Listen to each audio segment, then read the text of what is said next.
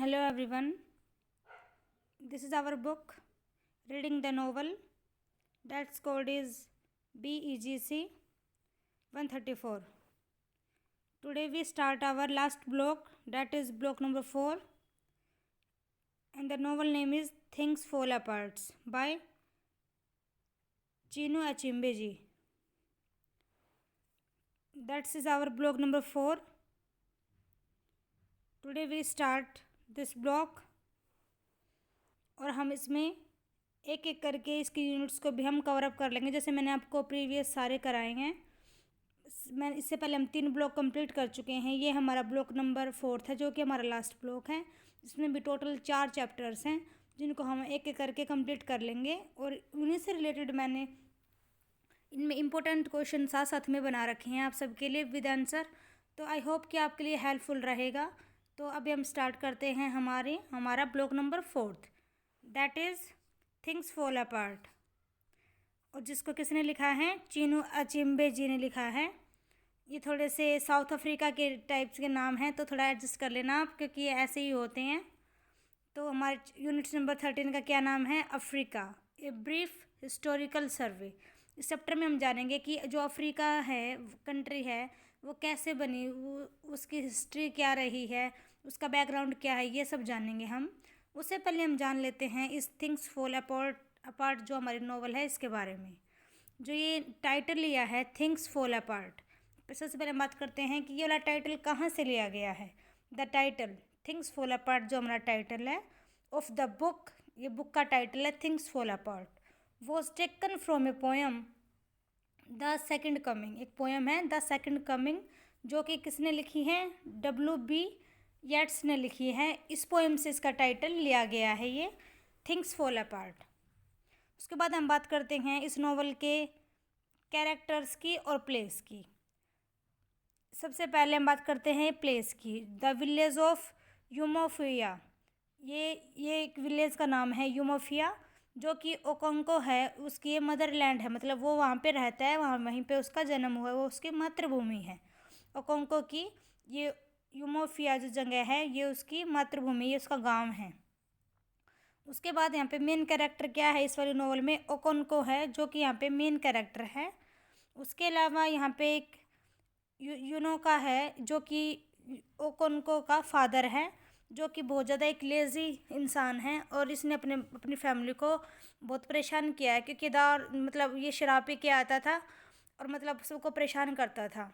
इसी वजह से ये इसमें मतलब ये एक गैर जिम्मेदार हम कह सकते हैं फादर रहा है इस नॉवल में ये, और इसने अपने बच्चों को भी बहुत ज़्यादा परेशान किया है। उसके बाद हम बात करते हैं न्यूए, ये एक सन है, जो कि ओकोंको का ये भी एक बेटा है। इसके अलावा एक कैरेक्टर और है इकेमी फोना, ये एक है कैरेक्टर है, जिसको नोवेल में ओकोंको मार देता है इसको, ये हम बाद में पढ़ेंगे जब मैं आपको इसकी समरी कराऊंगी तब। इसके अलावा यहाँ पे एक कैरेक्टर और है अगबोई इजूडा, जो कि एक रिस्पेक्टेड पर्सन है विलेज में। ये मैंने कैरेक्टर के बारे में मैंने आपको बताया कि इसमें कौन कौन से कैरेक्टर हैं। तो इसमें टोटल 1 2 3 4 5 कैरेक्टर की मैंने आपको बात की है, और एक यहाँ पे प्लेस है जो कि उसका गांव है यूमोफिया, ओकोंको का गांव है ये। इसके अलावा इस वाले चैप्टर से पहले 2 चैप्टर्स में हमको अफ्रीका के बारे में बता रखा है, उसके बैकग्राउंड के बारे में कि कैसे बना, कैसे मतलब क्या क्या रीजन्स रहे उसके बनने के पीछे, मतलब ये सब बता रखा है। तो मैंने उन्हीं से रिलेटेड 2 यूनिट, फर्स्ट 2 यूनिट रहेंगे जो हमारी यूनिट नंबर 13 और 14, तो उनमें मैंने उन्हीं क्वेश्चनों को ऐड किया है, क्योंकि इसमें अफ्रीका से रिलेटेड ही बता रखा है, तो इसी वजह से।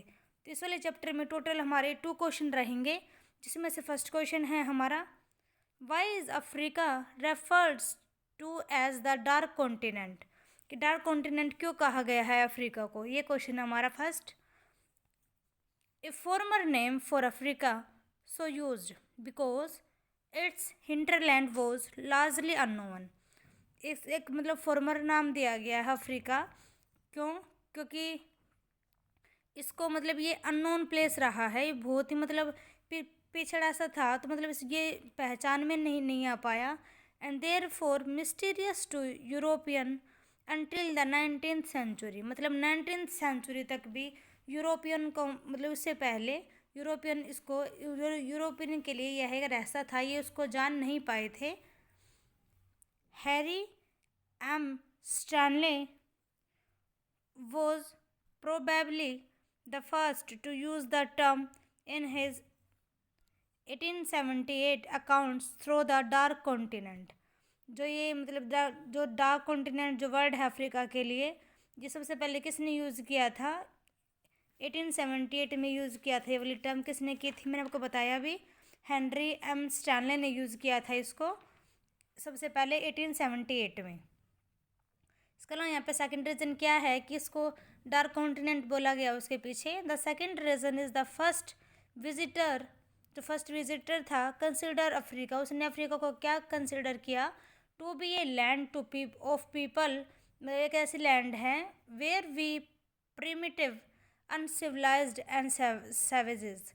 मतलब वो एक ऐसी जगह है कि जहाँ पे लोग असभ्य हैं और वहाँ के लोग मतलब सेवक टाइप के, इस वजह से। The parallel was found in the belief that the colour of ignorance is black, मतलब उनका कलर ब्लैक होता है इसलिए भी उनको इग्नोर किया जाता है। Hence dark is refer to Africa, इसलिए वहाँ पे डार्क यूज़ किया गया है अफ्रीका के लिए। द थर्ड रीज़न, इसके पीछे थर्ड रीज़न क्या रहा? The third reason the inhabitants of this continent were black, मतलब जो इनहेबिटेंट हैं, मतलब वहाँ के जो वहाँ पे प्रजातियाँ हैं, मतलब वो वहाँ की ब्लैक है। Which was an obvious condition, ये मतलब वहाँ की आम कंडीशन है। For calling the continent a dark continent, मतलब यही रीज़न है कि इसको डार्क कॉन्टिनेंट बोला गया है, इसके पीछे यही रीज़न है हमारा। मैंने आपको ये फर्स्ट क्वेश्चन कराया कि अफ्रीका को डार्क कॉन्टिनेंट क्यों कहा जाता है, मैंने आपको ये बताया। उसके पीछे हमारे 3 रीज़न रहे जो मैंने आपको करा दिए हैं। इसके बाद हम नेक्स्ट क्वेश्चन करते हैं, question number second. What were the 2 different ways in which Africa was colonised, मतलब क्या कौन कौन से तरीके रहे या कौन क्या क्या मतलब वेज अपनाए जिसकी वजह से अफ्रीका कॉलोनाइज्ड हुआ, ये वाला हमारा क्वेश्चन है second. The history of external colonisation of Africa, history की बात करते हैं हम इसकी, तो Africa can be dated back from ancient, मतलब यदि हम एंसेंट टाइम की बात करते हैं, मेडिवल और मॉडर्न हिस्ट्री की बात करते हैं, depending on how the term colonisation is defined, मतलब कि कैसे कॉलोनाइज को डिफाइन किया जाता था, मतलब एंसेंट टाइम में, मेडिवल में और मॉडर्न हिस्ट्री में, मतलब डिपेंड करता है उसके ऊपर कि उसकी हिस्ट्री कैसी रही होगी। उससे पहले हम देखते हैं एंसेंट टाइम में क्या रहा होगा। An ancient time people southern Europe and western Asia colonised north Africa, मतलब जो एंसेंट टाइम में क्या हुआ था, तो मतलब यहाँ पे हम सबसे पहले हम एंसेंट टाइम की बात कर रहे हैं। जो साउथर्न यूरोप और वेस्टर्न एशिया के थे उन्होंने कॉलोनाइज किया किसको? नॉर्थ अफ्रीका को। While people from south east Asia colonised Madagascar, मतलब जो यहाँ के लोग थे उन्होंने लोगों को मतलब कॉलोनाइज कर दिया किस रूप में? मेडागास्कर के रूप में। इसके अलावा ये बात अब हम बात करते हैं इन द मिडल एज में, मतलब मिडल एज में क्या हुआ था ये मैं आपको बताती हूँ अभी। North and east Africa was further colonised by people from western Asia, मतलब जो नॉर्थ और ईस्ट के अफ्रीका के थे उनको भी दोबारा से कॉलोनाइज कर दिया गया वेस्टर्न एशिया में। और मॉडर्न टाइम में क्या हुआ? Western European colonised all parts of the continent, मतलब हर एक पार्ट को कॉलोनाइज कर दिया गया। Culminating in the scramble for Africa in the late 19th century, मतलब कि वहाँ पे मतलब एज रिज़ल्ट क्या होता है कि वहाँ पे मतलब बहुत ही संघर्ष चला, बहुत ही मतलब स्ट्रगल किया गया उनको कॉलोनाइज करने के लिए अफ्रीका में, और 19th सेंचुरी के लास्ट तक वहाँ पे फाइनली उसको कॉलोनाइज कर दिया गया पूरे अफ्रीका को। बात करते हैं the reason for the African colonisation were mainly economic, political and religious, मतलब बात करें हम कि रीजंस क्या रहे कॉलोनाइजेशन के पीछे अफ्रीका के, तो यहाँ पे मेनली 3 रीजन्स बता रखे हैं हमको, इकोनॉमिक, पॉलिटिकल और रिलीजियस, ये 3 रीज़न रहे होंगे जिसकी वजह से अफ्रीका को कॉलोनाइज किया गया। इसके अलावा इस क्वेश्चन में हम एक पॉइंट और भी ऐड कर सकते हैं। 5 methods which were used by the European to acquire colonies in Africa, मतलब कौन कौन से ऐसे 5 मेथड जो यूरोपियन ने अपनाए थे, मतलब उन्होंने अफ्रीका से कॉलोनाइज के बाद सीखे, मतलब क्या एक्वायर किया उन्होंने, उस टाइप से ये है। तो फर्स्ट है इसमें साइनिंग ऑफ ट्रीटीज, मतलब यहाँ पे ये है संधि, जैसे संधि करते हैं ना, संधि समझौता जो होता है उन पे साइन किए गए। सेकंड, मिलिट्री फोर्स का उन्होंने यूज़ किया। थर्ड, कंपनी के रूल बना दिए थे उन्होंने अपने खुद के। और फोर्थ, डिप्लोमेसी, वहाँ पे कूटनीति अपनाई जा रही थी। एंड डिवाइड एंड रूल, मतलब बांटो और वहाँ पे राज करो। Playing of communities against each other, मतलब लोगों को एक दूसरे के खिलाफ भड़का दो, मतलब उन्होंने, मतलब वहाँ से उन्होंने ये चीज़ सीख ली, उन्होंने कैसे उनको मतलब कॉलोनाइज करने के लिए क्या क्या उन्होंने तरीके अपनाए, कौन से उन्होंने मेथड्स यूज़ किए अफ्रीका को कॉलोनाइज करने के लिए। किसने? यूरोपियन ने।